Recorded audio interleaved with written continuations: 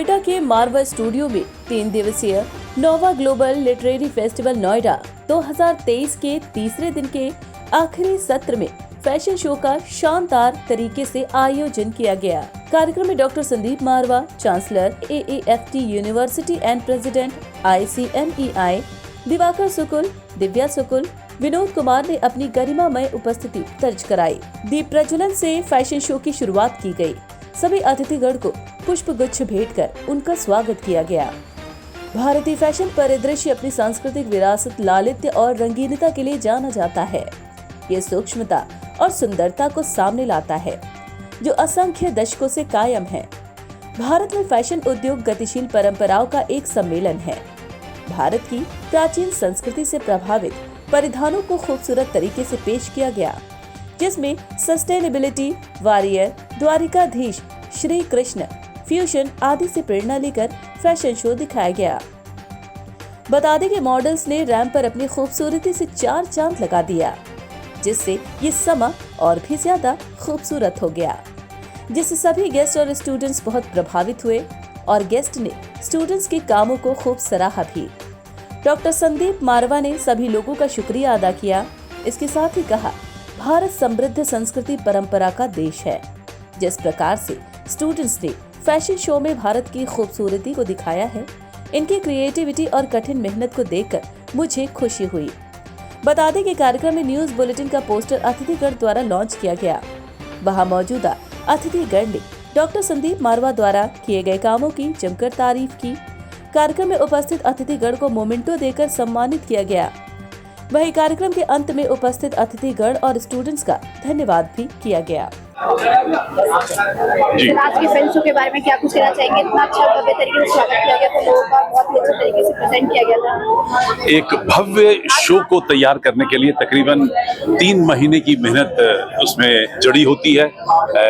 Designing से लेकर और कच्चे कपड़े तैयार करने से लेकर और फिर उसके बाद रेल में कपड़े तैयार करके ड्रेसेस सारी रेडी करके और फिर मॉडलिंग पॉइंट ऑफ व्यू से उसकी पूरी ट्रेनिंग और उसका एक पूरा कच्चा तैयार करके मॉडल्स के लिए, रैंप शो के लिए तैयारी करने के लिए और उन कपड़ों को पहनकर फिर उसके बाद प्रैक्टिस करने के लिए एक बहुत जबरदस्त तरीके का एक माहौल पैदा करने के लिए 3 महीने की जरूरत होती है, ऐसा मेरा मानना है। और जो हम लोग कराते चले आ रहे हैं, बच्चों की मेहनत रंग लाती है जब उनके किए हुए कार्यों के ऊपर जोरदार तालियां बजती हैं। और खास तौर पे आज के जमाने में जब लोग चीख के चिल्ला के अपने उस पूरे एक्सप्रेशन को बताने की कोशिश करते हैं, तो मुझे भी आनंद आता है। मुझे लगता है कि जो हम लोग यहाँ पाठ्यक्रम दे रहे हैं, जो पढ़ाई करा रहे हैं, जो उनको हम स्किल डेवलपमेंट करा रहे हैं, वो आज सार्थक हुआ है। तो इन बच्चों ने पिछले 3 महीने से बहुत सारा काम किया है, मेहनत की है और आज वो मेहनत रंग लाई है। और मैंने हमेशा सोचा है कि जब हम आर्ट और कल्चर की बात करते हैं तो कल्चर जो है वो बिना कॉस्ट्यूम्स के, बिना ड्रेसेस के, बिना उस अलग अलग भांति के कपड़ों के पूरा नहीं होता है। और आपने इस शो में भी देखा होगा कि हमने बिना कहे कोशिश की है कि अलग अलग स्टेट्स के कपड़ों को एक साथ एक रैंप पे हमने लाए हैं और हमने बिना कहे बैकग्राउंड म्यूजिक को लेकर और कपड़ों को लेकर हमारी संस्कृति को फिर से एक बार जागृत करने की कोशिश की है। चाहे वो द्वारका हो, मथुरा हो, चाहे वो राजस्थान हो, फिर चाहे वो पंजाब हो या दिल्ली हो, ऐसे हमने बिना बोले, बिना कहे ये लोगों के दिमाग में डालने की कोशिश की है कि हम सब एक हैं, चाहे वो खाना हो, चाहे वो म्यूजिक हो, चाहे वो फैशन शो। फैशन शो के बारे में क्या कुछ कहना चाहिए? कैसा आपका ये फैशन शो एक बहुत यूनिक फैशन शो मैंने देखा है, जिसमें एंशिएंट विजडम, हमारी जो हिस्ट्री है, उसके साथ मॉडर्न टाइम को मिलाकर जो आप लोगों ने क्रिएट किया है, इट्स ब्यूटीफुल।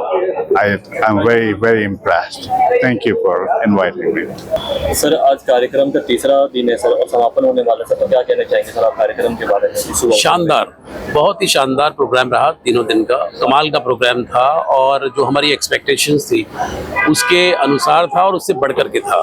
क्योंकि कई बार क्या होता है कि जब आप ऑर्गेनाइज कर रहे होते हैं तो आपको ऐसा थोड़ा थोड़ा लग रहा होता है कि कितने लोग पहुंचेंगे नहीं पहुंचेंगे, क्योंकि आज सभी के पास जो है समय की कमी है। लेकिन अच्छी बात यह है कि हमने जो सिलेक्शन किया, इसमें जो हमारे गेस्ट जो थे वो अपने आप में ही बहुत ऊंचे नाम हैं, सीरियस नाम हैं, और वो बहुत ही कमिटेड हैं आर्ट एंड कल्चर और लिटरेचर को लेकर के।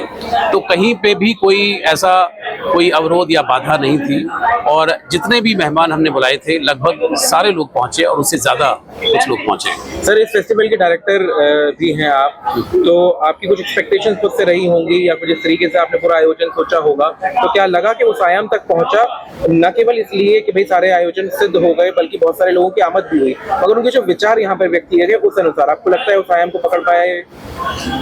देखिए, हमारा जो सबसे बड़ा उद्देश्य होता है वो ये होता है कि आर्ट एंड कल्चर को लेकर के, साहित्य को लेकर के एक सिनर्जी जनरेट की जाए। उसमें हम पूरी तरीके से सफल हैं, और मैंने देखा कि जो नए छात्र थे, नई पीढ़ी थी, बहुत सारे ऐसे लोग थे, उनकी आंखों में एक चमक थी और एक अलग तरीके का एक भाव था। उनके लिए एक नई दुनिया थी, साहित्य की दुनिया। उनको ये समझ नहीं आ रहा था कि जहाँ आईटी और जहाँ पे प्रोफेशनलिज्म और जहाँ कट थ्रोट कॉम्पिटिशन है, उसमें साहित्य क्या करेगा।